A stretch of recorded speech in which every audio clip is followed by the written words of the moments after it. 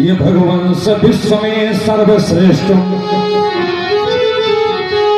जिसकी उज्जवल है अमर कहानी। ब्रह्मा के मानस पुत्रों में मां पूर्वज प्रभु ने जन्म लिया। ब्रह्मा के मानस पुत्रों में मन पूर्वज प्रभु ने जन्म लिया। थे धर्मनिष्ठ साधनाशील, तप करके जीवन शुद्ध किया। वंश श्रृंखला में सब पूर्वज धर्मवान अनुभक्त हुए। एक एक से बढ़ करके प्रभु चरणों के अनुरक्त हुए। सम्मानित है भू अंबर में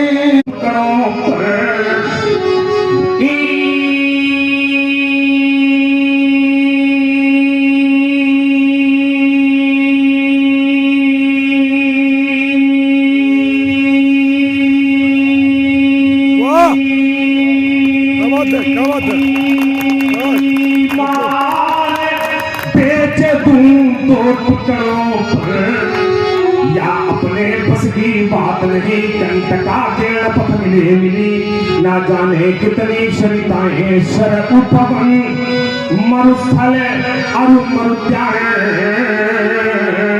उपवन मरुस्थल अरु मरुद्यान वो मिलते रहे सदा निर्झरपन। पर मैं चलता रहा अबाध निरंतर और करके मानी हार नहीं। मैं अविरल पथकारा ही हूँ कर सकता दिल को रात नहीं। मैं बहुत गुलाब हूँ जो मिश्रा, मैं बहुत गुलाब हूँ जो मिश्रा। और कांटों में खिलता है और स्वयं उठाता कष्ट मगर जबकि उड़ने वो हंसता है। मुझे मुझे मुझे मात देने वाला, मुझे मात देने वाला। और जन्मा मैया ने लाल नहीं। मैं अविरल पथकारा ही हूँ कह सकता दिल को। और ये हमारे आशीष शर्मा जी की ओर से 100 मुद्राएं भगवान परशुराम जी स्मरणों में। और ये अशोक कुमार जी की ओर से 50 मुद्राएं भगवान परशुराम जी लक्ष्मण टनों सप्रेम भेंट हैं। बहुत बहुत शुभकामनाएं। इनका इतना बढ़ा दो कि हमारी वाली इसका भी निकाल कर सब उसी में डाल दो। राजकुमार लक्ष्मण, देखो ये शर्मा जी का भाव था। उन्होंने अपने भाव से कहा कि परशुराम जी के चरणों में, लक्ष्मण जी के हाथों में। अब वहां पर क्या छिपा है ये तो तभी जान पाओगे जब उनके पास बैठ करके कुछ मानोगे, उसको सुनोगे, तभी तुमको समझ पाओगे। और उस भाव में तुमने शब्द ही बदल दिया। बोले दो अच्छे बर्फी के पीस, बर्फी के टुकड़े, बोले परशुराम जी के चरणों में, लक्ष्मण जी के हाथों। देखो ये तुम्हारा भाव है। लेकिन शर्मा जी से अगर कहोगे कि इनको क्या किया जाए तो कहेंगे ना परशुराम जी के चरणों में ना लक्ष्मण जी के हाथों में। ये बर्फी के जो टुकड़े हैं ये दोनों लोगों के मुख में, ये उत्तर होगा। अब तुम क्या पता नहीं सोच लेते, तुम्हारा मन। तो समस्या इसी बात की है ना, मन। बुद्धि से सोचो तो तुम निर्णय नहीं करो। चलिए, तुमने अपने जीवन का लक्ष्य बताया, मैं बताता हूं तुम्हारे जीवन का लक्ष्य और सूर्यवंशियों के भी जीवन का लक्ष्य क्या था, मैं बताता हूं। ब्राह्मण पूजा जाता है, ब्राह्मण पूजा जाता है। यही है क्षत्रिय का कुल धर्म, यही है क्षत्रिय का कुल धर्म। यही है वेद शास्त्र का मर्म, यही सब श्रुतियां कहती हैं, यही स्मृतियां लिखती हैं। ब्राह्मण त्रैवर्णों का पूज्य, ब्राह्मण त्रैवर्णों का पूज्य, विश्व का कण कण गाता है। ब्राह्मण कैसा भी पूजनीय हो, हमारी मानस कहती है चाहे हो सील गुणों से हीन, चाहे हो सील गुणों से हीन, चाहे हो क्रोधी व अतिदीन, चाहे हो सापत कटुभाषी, चाहे हो तारत अघरासी। एक एक पंक्ति हमारी काव्य की मानस में मिलेगी, ऐसा नहीं है, हैं? सापत तारत परुष हंता विप्र पूज्य गावे संता पूजी विप्र सील गुण हीना। चाहे हो सील गुणों से ही, चाहे हो क्रोधी व अतिदीन, चाहे हो सापत कटुभाषी, चाहे हो तारक अगरासी। ब्राह्मण सूर्यवंशियों के पूज्य, ब्राह्मण सूर्यवंशियों के पूज्य, यही इतिहास बताता है। ब्राह्मण पूजा जाता है। आपने बात कह दी, आइए दो पंक्तियां इस पर कहकर अपनी कृति बात में पढ़ूंगा। ब्राह्मण पूजा जाता है। आपके पाले में जा रहा हूं, ध्यान रखना, लेकिन एक बात छलांग हमारे में लगा दिखाओ तो हम जाने तुम्हारा पाला है कहाँ? आइए एक दृष्टि आपकी नहीं, ये विदा आपकी है और मेरी विदा वाले में एक बार आ जाना। आप कह रहे हो ब्राह्मण पूजा जाता है, लेकिन वर्तमान में अब तुम नहीं कहीं के रहे, पहाड़ा केवल नौका पढ़ते रहे, पहाड़ा नौका नौ नौ अपने आप में पूर्ण है, पूरा पहाड़ा पढ़ो आदमी नौ। ये तुम नहीं कहीं के रहे,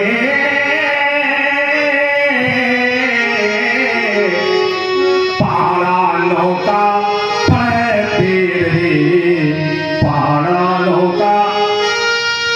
हमने पोथी पत्रा भी पढ़े, गुरु जी के शरण में बचपन बीता। हमने पोथी पत्रा भी पढ़े, वेद की भाषा को भी यही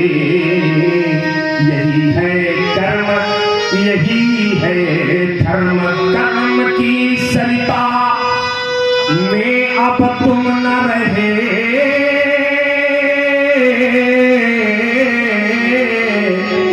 पहाड़ा नौका। ये तो इसका उत्तर हो गया। एक हमारी चर्चा इसी कृति से जुड़ी है। इन्होंने कहा ब्राह्मण पूजा हम लोगों का जीवन दर्शन। मैं चला पंथ पर शूल थे तब पीछे, मैं निकल जब फूल खेले लगे पाँच चुनौती चरण थे ये मचले नहीं, मार्ग भी लख मुझे वो सिमटने लगे। मैं चला पंथ पर, मैं चला पंथ पर सूर तब से चला, गति बदलती रही ये पाँव बदले नहीं, और मैं पथिक बाल की पथ जिसे खा गया, भूलने से चरण चिन्ह मिलते नहीं, भूलने से। नाचता था महाकाल विकरालपन, नष्ट संसति हुई थी प्राघात से। मैं चला पंथ पर चंद्र की पिछोले कला, शशांक शेखर चंद्रशेखर। मैं चला पंथ पर चंद्र की पिछोले कला, और उसकी न चलने दिए को कला। अब लगा लो मुनि चाहे जितनी कला, आज चलने न दूंगा मैं तो, आज चलने न दूंगा मैं एक कला। शक्ति को जब समेटे चला ये लखन, और देख करके मैं चला चला चला पंथ पर, सूल थे तब पीछे, और मैं निकल अब पड़ा फूल।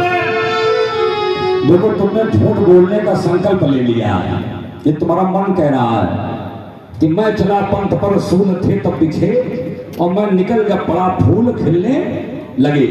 लक्ष्मण का यह कहना यह है कि मैं जब चला था मार्ग में तो रास्ते में कांटे पड़े थे और कांटे सब फूल बन गए जब मैं निकला। ये तुम्हारा मन कहना है, तुम्हारी बुद्धि नहीं कह रही है। अगर बुद्धि से विचार करो तो तुम्हारा प्रभाव नहीं है, क्योंकि तुम जब मार्ग में चलते हो तो तुम्हारे आगे कोई चलता है, तुम आगे नहीं चलते हो, तुम चलते हो पीछे। तुम्हारे कोई आगे चलता है, आगे कौन चलता है? आगे चलता है बड़ा भाई राम। तो रास्ते में जो कांटे पड़े हैं और राम के कारण कांटे फूल बन रहे हैं। अब तुम्हें लग रहा है कि अब बहुत बड़े तीरंदाज पैदा हुए, तो तुम्हें लग रहा है ना कि मेरा प्रभाव है, और ये तेरा प्रभाव कुछ नहीं, ये सब राम का प्रभाव है। राम आगे चल रहा है, इससे राम के कारण रास्ते के जो कांटे हैं वो तुम्हारे लिए फूल बन रहे हैं।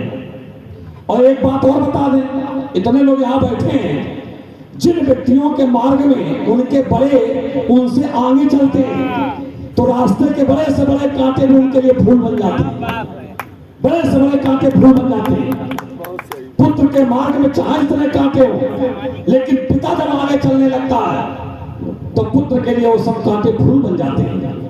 लेकिन उस पुत्र से जाके पूछो जिस पुत्र के आगे ना पिता आगे चलने वाले हैं ना बड़े भाई चलने वाले हैं, वो जब संघर्ष में चलते हैं तो उनके लिए फूल भी कांटे बन जाते हैं, उनके लिए फूल भी कांटे बन जाते हैं। ये संघर्ष उनसे पूछो। और तुम्हारा तो बड़ा भाई आगे चलता है और तुम कह रहे हो कांटे भी छे थे, बड़ा भाई आगे चल रहा, कांटे भी छे थे। नहीं राजकुमार लक्ष्मण, बड़े भाई के कारण तुम्हें कांटे मिले ही नहीं है। और यदि कांटे तुम्हें देखना है तो तुम राम के पीछे ना चलो, राम के आगे चल करके देख लो, जीवन में कितने कांटे मिलेंगे तुम्हें स्वयं अनुभव हो जाएगा इस बात का। और जो व्यक्ति राम के पीछे चलता है तो उसके लिए बड़े से बड़े कांटे भी फूल बन जाते हैं, और जो राम के आगे चलने का प्रयास करता है उसके रास्ते के फूल भी उसके लिए कांटे बन जाते हैं। तुम्हारी बुद्धि का भ्रम है। हाँ बोलो। हाँ भगवान, आपको एक परिचय देना चाहूंगा जी। आपके बाएं हाथ पर सनी जी बैठे हुए हैं, बुजुर्ग, अपने जमाने के बहुत अच्छे परशुराम अभिनेता रहे, गांधा के निवासी हैं आप। अब इधर 20 सालों से श्रीमद् भागवत का प्रवचन कर रहे हैं, अपने जमाने में बहुत अच्छे अभिनेता रहे। अत्युत्तम स्वागत है आपका, बहुत अच्छा लगा आपसे मिल करके। हमारे साथी को इन्हें ढूंढ मिला है। अभी महात्मा लड़का एक चले गए लड़का सब चले गए है। आइए एक उत्तर। अब रुक जाओ, बीच में नहीं। अभी कोई हमने गीत पढ़ा ही नहीं। हाँ तुम दो गीत पढ़ रहे हो, काम एक ना पढ़ा, ऐसे कैसे हो जाएगा? चाहे 1 बजे ऐसे तुम्हें छोड़ेंगे। लेकिन अब चूंकि शर्मा जी ने परिचय दे दिया है तो आपका स्वागत है, आप आइए। और हम चाहेंगे कि साहित्य के इस क्षेत्र में जहां इतना अच्छा विद्वानों का सजन संकलन हमारे शर्मा जी ने किया है, आप उपस्थित हुए हैं, परशुराम स्वरूप के आप उपासक हैं, तो हम चाहते हैं 4 पंक्तियां आपके मुख से भी सुनने का हमें अवसर प्राप्त हो। क्योंकि अपने बात भी वही चल रही है कि जहां अपने से बड़े अपने आगे चलते हैं, तो अब आप क्योंकि अग्रज हैं, इस स्थिति में खड़े हो, लेकिन कहीं ना कहीं से आप लोगों के ही मार्ग का हम लोग अनुकरण कर रहे हैं, अनुसरण कर रहे हैं, और आप लोगों ने अच्छे मार्ग बनाए हैं तो उसका लाभ भी हम लोगों को हर प्रकार से प्राप्त हो रहा है। तो कोई भी पंक्तियां शिव जी की या उपदेशात्मक किसी भी काव्य से जुड़कर किसी भी प्रकार का तृतीय अवस्था की अधिक है, बल ज्यादा न देना, बड़े प्रेम से स्नेह से आप प्रस्तुत कीजिए। पूरी समाज लालयित है आपकी पंक्तियों को सुनने के लिए। वहाँ आपके चरण कमलों में तो ईर्षा प्रणाम है। अस्वस्थ रहने के कारण आपकी आज्ञा का सिरोधार्य पालन करता हूँ, तो ईश्वर से यही प्रार्थना करता हूँ कि पहुँचा दो जहाँ सुख शांति का स्रोत, पहुँचा दो जहाँ सुख शांति पे तुझी चेरा तेज प्रकाश दिवाकर सा कल शांत प्रकाश का घेरा